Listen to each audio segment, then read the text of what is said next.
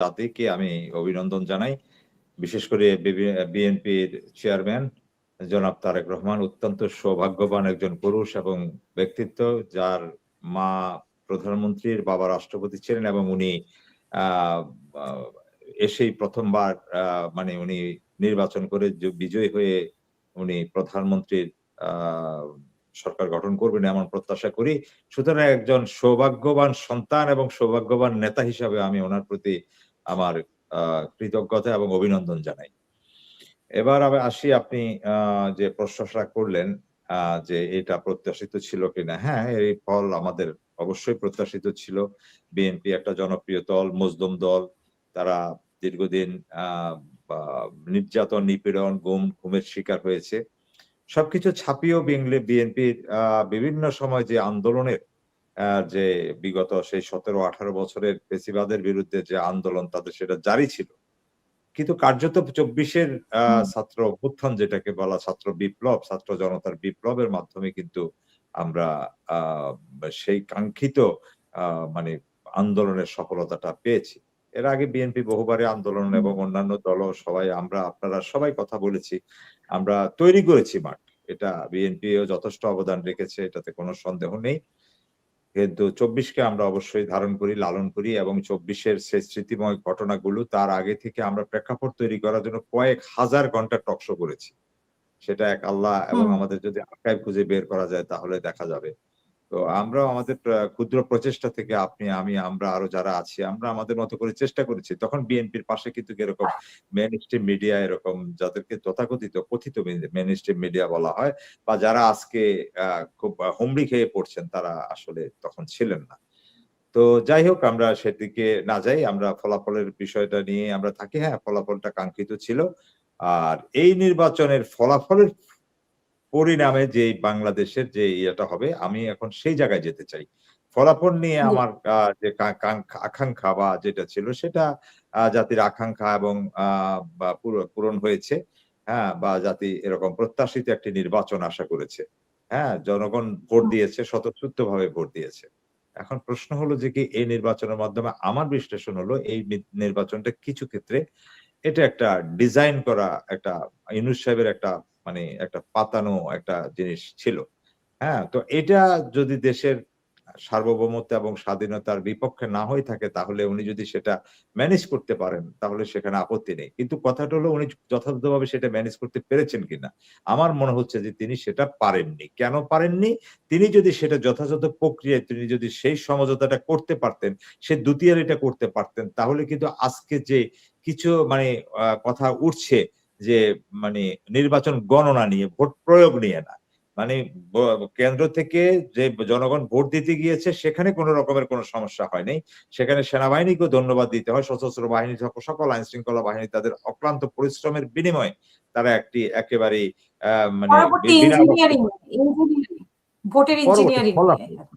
ফলাফলের হুম। ক্ষেত্রে যে কথাটা উঠছে, আমরা হুম। বলছি না, আমি আর আপনি নয়। যে কথাটা উঠছে সেটার জন্য ইউনূস মানুষ সাহেব বলছে। দায়ী।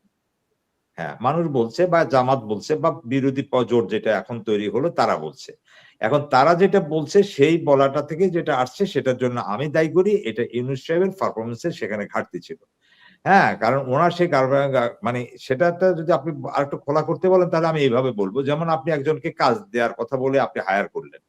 এখন আপনি কাজ-টাজ দিয়ে তাকে মানে যখন কাজটা শেষ হয়ে গেল, হ্যাঁ, এখন তাকে দেখা গেছে যে আপনি $১,০০০ দেওয়ার কথা, এখন তাকে আপনি $৫০০ দিলেন। ফর এক্সাম্পল, আমি উদাহরণের জন্য হুম। বলছি। কিন্তু আপনি আপনার কমিটমেন্টটা ফুলফিল করলেন না। আমার মনে হচ্ছে যে এখানে কমিটমেন্ট এর কোথাও কোন একটা হেরফের হয়ে গেছে বিধায় এই কথাটা এখন চাউর হয়ে মানে এখন এই জিনিসগুলো কিন্তু ডালপালা মেলতেছে। অর্থাৎ আমি বলতে চাচ্ছি যে হয়তো বিরোধী শিবিরের সাথে যেই সমঝোতাটা হয়েছে, ওই সমঝোতা মানে আমি জামাত এবং এনসিপি কে আমি মিন করছি যে ১১ দলীয় জোটের কথা বলছি। তাদের সাথে যে সমঝোতা হয়েছে সে সমঝোতা অনুযায়ী তারা তাদেরকে সেই কাঙ্ক্ষিত ফলাফলটা তারা পায় নাই। মানে ওটার কোন বই প্রকাশ তারা ঘটে নাই। সেখানে অন্তত অনেক ঘাটতি ছিল। এই ঘাটতির কারণে কিন্তু এখন এই কথাগুলো মেলেছে। এখন কথাটা হলো যে কি, কিন্তু হ্যাঁ, আপনি এটা কি জোটের কথা বলবেন না বিরোধী জোটের কথা বলবেন নাকি শুধু এনসিপি? এনসিপি কে তো আমরা দেখতে পাচ্ছি যে ৬ জন জিতে আসলো তারা এবং মানে যারা হেরে গেছে তারাও না, কিন্তু না, প্রচুর ভোট তারপরে পেয়েছে। আমি ওই কথা বলছি, ওই জায়গায় আসছি। যেমন যেই সমঝোতাগুলো হয়েছে, আমি যেটা বলছি আরকি, যে ডিজাইন যেগুলো করা হয়েছে, সেই ডিজাইন অনুযায়ী যে ইউনূস সাহেব আরকি যেটা করেছেন, উনি উনার সেফগার্ডটা তো সবসময় নিয়ে করেন। হ্যাঁ? উনি তো আন্তর্জাতিক প্লেয়ার, উনি নিজেই স্বীকার করেন, বলেন, সবাই জানে। তো সুতরাং উনার এখানে একটা ইয়ে ছিল। তো সেক্ষেত্রে ধরেন ওটা তো এনসিপি কে তো তারা এনসিপির একেবারে মানে টপ লাইনের ২ জন তো হতে পারল না। হ্যাঁ? মানে খুবই মানে সেখানে বিতর্ক আছে, তর্ক আছে। আ যেমন নাসিরউদ্দিন পাটোয়ারির এখানেও একটু বিতর্ক আছে, হাসনাত সার্জিসের এখানেও আছে। তো এখন কথাটা হলো যে কি, হুম, আমার তো মনে হয় না যে এখানে যে সমঝোতাটা হয়েছে ইউনূস সাহেব করেছেন। আমি আবারও বলি, হুম, ইউনূস সাহেব এই উদ্যোক্তা। হ্যাঁ? এই রাজনৈতিক দলগুলোতে যারা নির্বাচনে অংশগ্রহণ করেছে তাদেরকে নিয়ে একটা ঐক্যমত্যের একটা সরকার বলি, রাষ্ট্র ব্যবস্থা বলি, হ্যাঁ? এটাকে সবাইকে এক জায়গায় নিয়ে আসা, দেশ গড়ার স্বার্থে। হয়তো উনার এটা ভালো ইনটেনশন ছিল। কিন্তু এখন মাঝখান থেকে আপনি প্রশ্ন উঠাচ্ছেন কেন? মাঝখান থেকে নিশ্চয়ই এনসিপি শুধু এই ৪-৫ জনের জন্য নিশ্চয়ই সমঝোতা করে নাই। সেখানে নিশ্চয়ই সার্জিস হুম, আলম বাদ হয়ে যাওয়ার কথা না। সেখানে নিশ্চয়ই নাসিরউদ্দিন পাটোয়ারি বাদ হওয়ার কথা না। আমি জাস্ট ওই জায়গাটাকে হুম, আপনাকে অ্যাড্রেস করতে চাচ্ছি। জি, অন্যদের কথা প্লিজ। আমি বাদে দিলাম। কিন্তু কথাটা হলো যে ওই জায়গাতে গিয়ে যখন হিসাবের গরমিলটা হয়ে গেল, হ্যাঁ? বা হুম, মানে জামাতেরও অনেকগুলো আসনে গরমিল হয়ে গেল। হ্যাঁ? তারপরে মানে আল্লামা মামুনুল হকের আসনটাতে গরমিল হয়ে গেল। এই কয়েকটা আসনে গরমিল হওয়া সহ এই সবগুলো মিলেই এখন কিছুটা মানে যেই কথাগুলো মানে বিরোধী শিবির থেকে উঠে আসছে, এটার কারণে। উনি এটা কেন করতে গেলেন সেটা আমরা জানি না। ভালোর জন্য হয়তো করতে গিয়েছেন, কিন্তু সেটা ভবিষ্যতে আমরা দেখব। কিন্তু এখন দুশ্চিন্তার কারণে আসি। দুশ্চিন্তার কারণে আমি আপনাকে এখনই বলে দেই, আল্লাহর রহমতে এটা আমরা যদি হায়াতে বেঁচে থাকি তাহলে অবশ্যই আমরা দেখব, জানব। আ মনে থাকবে যে সেটা হলো যে কি, এই নির্বাচনের মাধ্যমে আপনি আওয়ামী লীগের ফিরে আসার পথ সুগম হলো। হ্যাঁ? আওয়ামী লীগের পথ হুম, আ আ আপনার পথ সুগম হলো। আওয়ামী লীগ ইনশাআল্লাহ ফিরে আসবে এবং আগামী যে নির্বাচন হবে, সেই নির্বাচনে আওয়ামী লীগ প্রতিদ্বন্দ্বিতা করবে। এখন সেটা হাসিনা করবে, না হাসিনার পক্ষ থেকে কেউ করবে, না তার পরিবারে কেউ করবে, সেটা আরেকটা আলোচনা। হ্যাঁ? সেটা মানে হুম, হাসিনার ফিরে আসা হয়তো দুষ্কর। কিন্তু আ আওয়ামী লীগ কোন একটা ফরমেটে আবার ফিরে আসবে এবং জামাত ভবিষ্যতে এবার যে ফলাফল করেছে, জামাতের প্রতি সাধারণ জনগণের আবার কিন্তু একটা অভিযোগ আমরা শুনতে পাই। জামাতের প্রতি সাধারণ হুম, জনগণের অভিযোগ হলো, আমরা ভোট দিয়েছি, তোমরা আমাদের ভোট রক্ষা করতে পারোনি। হ্যাঁ? মানে ভোটটা হুম, তাদেরকে সুস্থভাবে গণনা করে তারা ক্যাশ করতে পারেনি। এটা জনগণের একটা ক্ষোভ হুম, জামাতের প্রতি কিন্তু আছে। হ্যাঁ? আবার এটা কিন্তু আপনি খেয়াল হুম, করে দেখবেন, এটা কিন্তু মিথ্যাও না। হ্যাঁ? কারণ জামাত হুম, মানে অনেকগুলো প্রায় ৭৮ টা আসনে, হ্যাঁ? যেখানে শুধু ১,০০০, ২,০০০, ৫,০০০ ভোটের ব্যবধানে তারা ইয়ে করে। তাহলে ভোট কিন্তু ব্যবধান প্রচুর। হয়েছে। হ্যাঁ? প্রচুর হুম, ভোট মানে জনগণ প্রচুর ভোট ভোট পেয়েছে। দিয়েছে। জামাত কিন্তু হ্যাঁ, ভোট প্রচুর ভোট পেয়েছে।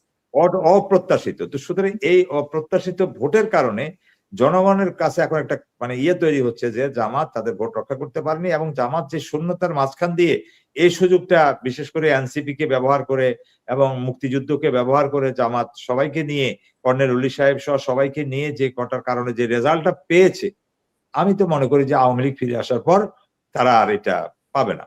হ্যাঁ?